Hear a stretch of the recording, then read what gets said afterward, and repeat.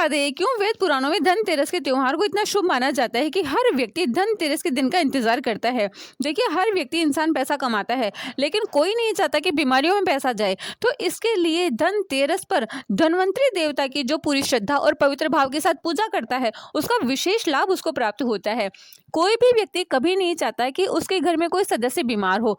अगर आप चाहते हैं कि धन्वंतरी देव की विशेष कृपा आपको प्राप्त हो, अगर आप चाहते हैं कि आपके जीवन में हर व्यक्ति जो आपके आसपास रहता है वह कभी भी बीमार ना हो, हमेशा स्वस्थ रहे, चाहे आपके बच्चे हो, भाई बहन हो, माता पिता हो, कोई भी व्यक्ति बीमार ना हो, तो दीपावली का त्योहार एक ऐसा त्योहार होता है कि इस पर धन्वंतरी की जो पूजा कर लेता है पवित्र भाव से, उस व्यक्ति के जीवन में कभी किसी प्रकार का रोग नहीं आता।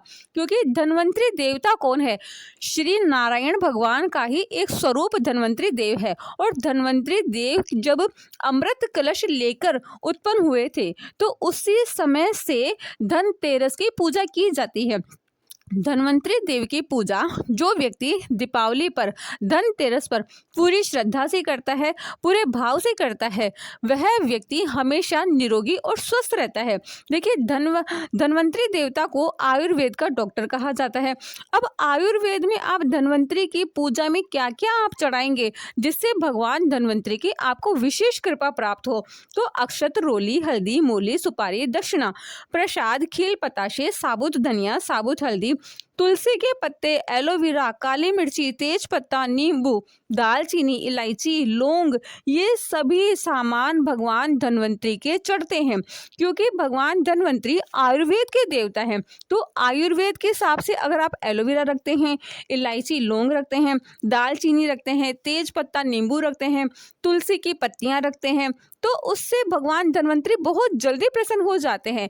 अगर आप साबुत हल्दी रखते हैं, तो साबुत धनिया रखते हैं, ये सभी सामान दवाइयों में काम आता है। तो अगर आप आयुर्वेद का पूरा सामान धन्वंतरी भगवान के भेंट के रूप में चढ़ाते हैं, आपके जीवन में हमेशा सुख समृद्धि तो रहेगी, साथ ही धन्वंतरी देव की विशेष कृपा भी आपको प्राप्त होगी। देखिए, धनतेरस का त्यौहार बहुत ही धूमधाम से मनाया जाता है, ये बात आप सभी जानते हैं। इस दिन श्री गणेश जी की, कुबेर देवता की, साथ में धन्वंतरी भगवान की पूजा की जाती है और इनके साथ माता लक्ष्मी की भी पूजा की जाती है। धनतेरस पर लक्ष्मी गणेश जी की पूजा की जाती है। आप धनतेरस पर चांदी का सिक्का जरूर लेकर आए अपने घर में और चांदी के सिक्के की पूजा करें। फिर बड़े दीपावली पर लक्ष्मी गणेश जी की प्रतिमा की पूजा करें। अगर आप उस दिन कुबेर देव की तथा धन्वंतरी देव की साथ पूजा करते हैं, तो कुबेर देव आपको आपके घर में सुख समृद्धि देंगे और धन्वंतरी देव आपको हमेशा निरोगी रखेंगे, तो दोनों का आशीर्वाद आपको प्राप्त होगा। लक्ष्मी नारायण की पूजा करते हैं तो आपके घर में सुख समृद्धि रहेगी और घर में धन में वृद्धि रहेगी। देखिए, आरोग्य जीवन अगर आपको जीना है तो आपको धन्वंतरी देव के मंत्रों का जाप करना है, धन्वंतरी स्तुति आपको बोलनी है, धन्वंतरी की आरती आपको करनी है। आरती के लिए आप कपूर लेंगे, देशी घी का दिया जलाएंगे, क्योंकि देशी घी का दिया जलाने से घर में सुख समृद्धि आती है। तेल के दिए आप छोटी दिवाली, बड़ी दिवाली पर जलाएं। धन्वंतरी के लिए आप देशी घी का दीपक जलाएं। आप भगवान नारायण के, माँ लक्ष्मी के तेल का दिया भले जला सकते हैं, लेकिन धन्वंतरी देव के गाय के घी का ही दीपक जलना चाहिए। और दीपक के नीचे अक्षत रखेंगे। आप मूली, रोली, सुपारी आप धन्वंतरी देव के रखेंगे। खील पताशे का भोग लगाएंगे। साबुत धनिया भी आप रखेंगे और पत्तीदार धनिया भी आप रखेंगे, क्योंकि पत्तीदार धनिया आयुर्वेद के हिसाब से रखेंगे और साबुत धनिया सुख समृद्धि के हिसाब से रखेंगे। अगर आप धन्वंतरी देव के फोटो पर स्वास्तिक बनाते हैं, शुभ लाभ लिखते हैं, तो उससे भगवान धन्वंतरी की विशेष कृपा आपको प्राप्त होती है। देखिए, नारायण भगवान की जहाँ पूजा की जाती है वहाँ सभी देवी देवता पूज जाते हैं, तो धन्वंतरी देव का स्वरूप ही नारायण है। तो नारायण देवता की पूजा माँ लक्ष्मी के साथ करें और धन्वंतरी की पूजा आप आरोग्य निरोग व्यक्ति रहे इसलिए पूजा करें। अब कुबेर देवता की बात आती है, तो कुबेर देवता को खट्टा पदार्थ बहुत अच्छा लगता है। अगर आप कुबेर देवता के नींबू रखते हैं साबुत, अगर आप कुबेर देवता के आंवले रखते हैं, तो उससे विशेष कृपा आपको प्राप्त होती है।